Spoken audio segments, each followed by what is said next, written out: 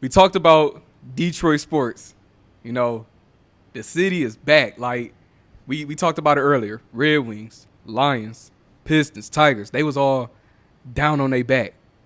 But just in the past year alone, you've had the Lions make the playoffs back-to-back seasons now. Tigers, they back. They just won a playoff series. Nobody saw that coming. The Red Wings and the Pistons, they looking like they about to make the playoffs this season. So, with all that being said, we've watched our Detroit team struggle over the years, but now things are starting to finally take a turn. How does it feel? Because like I said, ain't nobody know more Detroit than you. So, like, you being the Detroit sports fan that you are, like I said, you made it Detroit himself. So, like, how has it been watching the city, as far as sports go, take a turn? I think I love it. Like, just being from the city of Detroit, I love that our city now is the visitation space because of sports. You know what I mean? Like, I love Detroit. I love everything about Detroit. A lot of people have never even been to Detroit to hate it, but they hate it just because of the rumors. And I love Detroit. I love the sports are coming together, and I've had a handle on,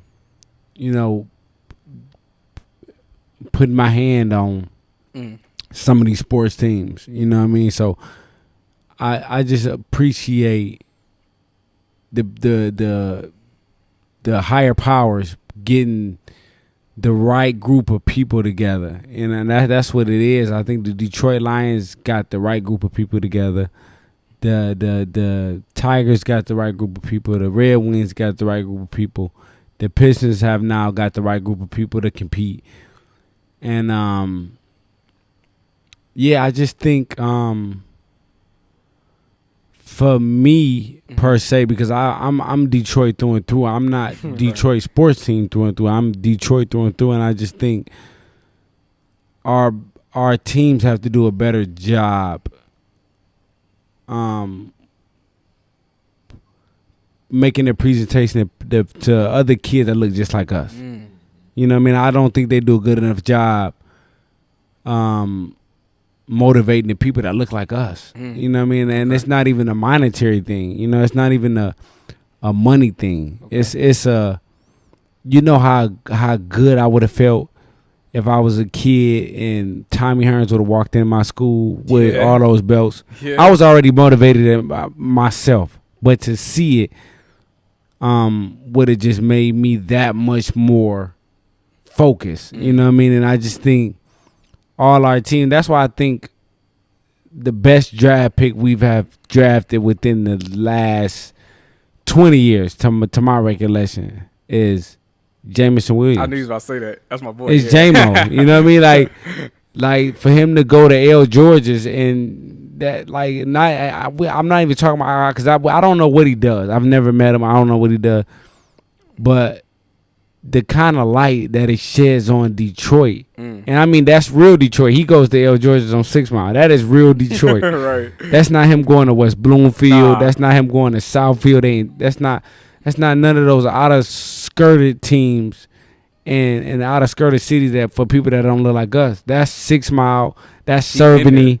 That's Winship. That's, you know what I mean? Like, and that's that. And I think most of the people we draft, it's nobody. I just don't think, and then, like I said, I could be wrong, but I just don't think it's no athlete that I know per se, and I'm just giving you my knowledge. No, we listen. No athlete that I know per se that doesn't come from an ex-superstar or ex-celebrity or ex-basketball player or kid of a ex-great basketball or football or whatever sport you in player that doesn't come from poverty.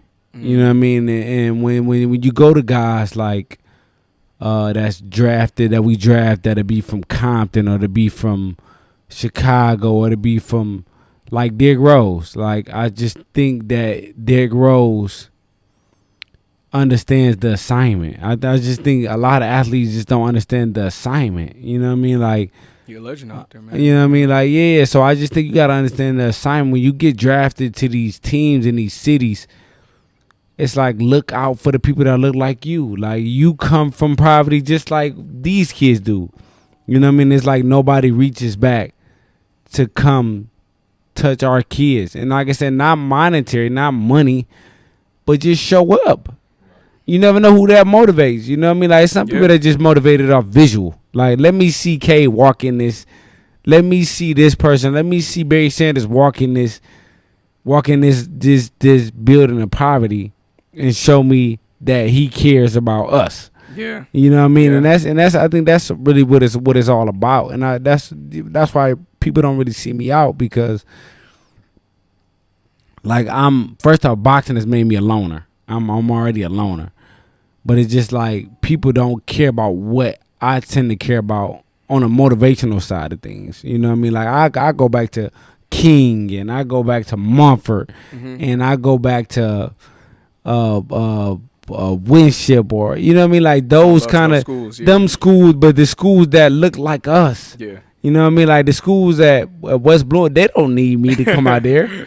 You know what I mean? The schools they already well off. Yeah, they were like, and then they, you know, the schools that got rich families, and I don't knock them, but I want to motivate the person to get out of the hood like me. You know what I mean? And it's like sometimes it's just showing up.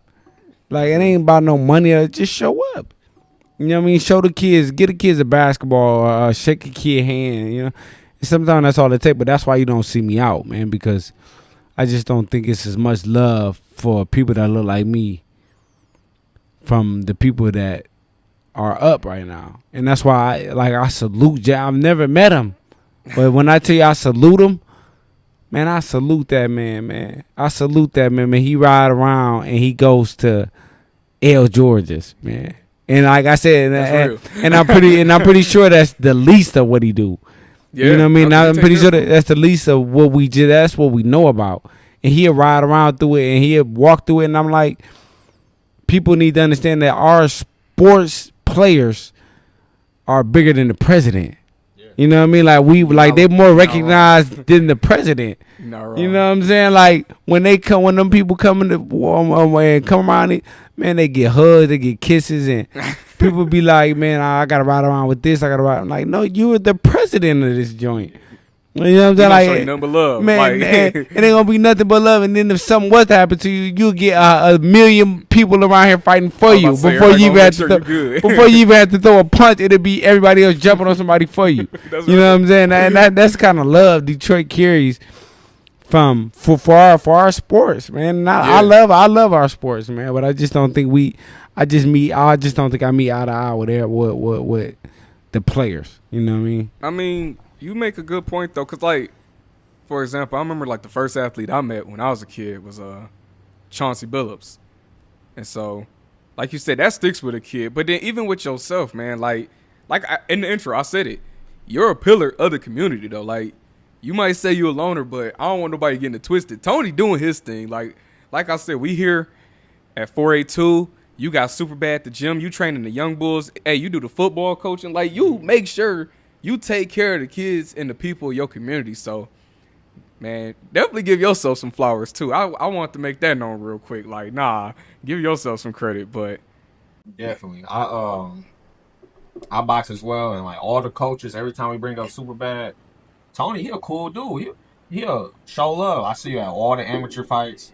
There's no Hollywood, nothing. It's like real.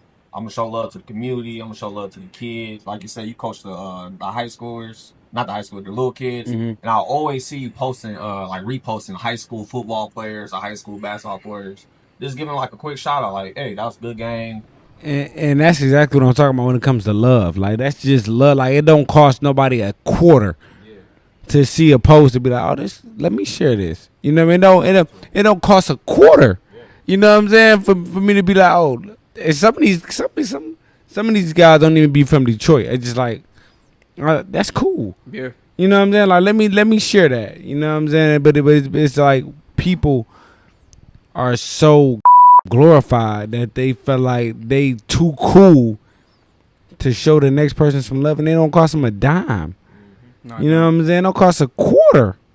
You know what I'm saying? And that That's a like, and trust me, that you understand the motivation they take when somebody on a high level shares something to somebody else or share Instagram post or page.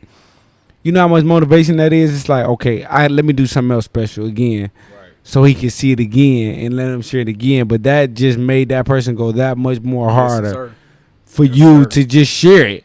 You know what I mean? For somebody to be like, oh, that was dope, and just share it. You know what I'm saying? I just don't think that me and everybody else meet eye to eye with what it looks like to support our people. You know what I mean? And that's really all it needs. Like, nobody needs money. Like, you know what I mean? Like, everybody, I think all these athletes think that when you come around somewhere, somebody with poverty or a povertized situation, that somebody begging you for money. Ain't nobody begging you for money. Mm. Nobody will know. Like. First off, number one, we men ourselves. Men, I was always taught a man not supposed to beg. So we ain't begging for no money. We just begging you for the love, For the love. for the love, and that's free. We just need the love. So, like I said, I just don't think I meet eye to eye with everybody else. But as far as the city itself and the teams itself, man, it's nothing greater. You know what I mean? And Clarissa Shields just showed us when she fought at the Palace how much our city loves a good scrap. They showed up. And You showed know what I'm out. saying? Like our city loves a good scrap. Like and it's begging for a good scrap. You know what I mean? It's begging for good for good fight energy, good barbecues in the summertime to go see a good fight. You know what I'm saying? A good little brew. You know what I mean? A good little, just a good situation, good vibe. Because ain't nobody fighting at a fight most of the time. Nah, because everybody there to have Everybody, fun. ain't nobody, and you don't know who in there. All these people in here are fighters. So people that goes to fights, most of them are fighters, or they love fighting. So there's nobody backing away from a fight. So ain't nobody in a fight. Everybody's just sitting there having a good time. But the city is just begging for another good scrap, man. And trust me, if I could put my hand on it, we'll be doing it this summer. Like we gonna cross our fingers. We would look Buffed Up Sports there for sure. like, nah, literally, like, hey, as soon as them tickets go on sale, like, we grabbing them.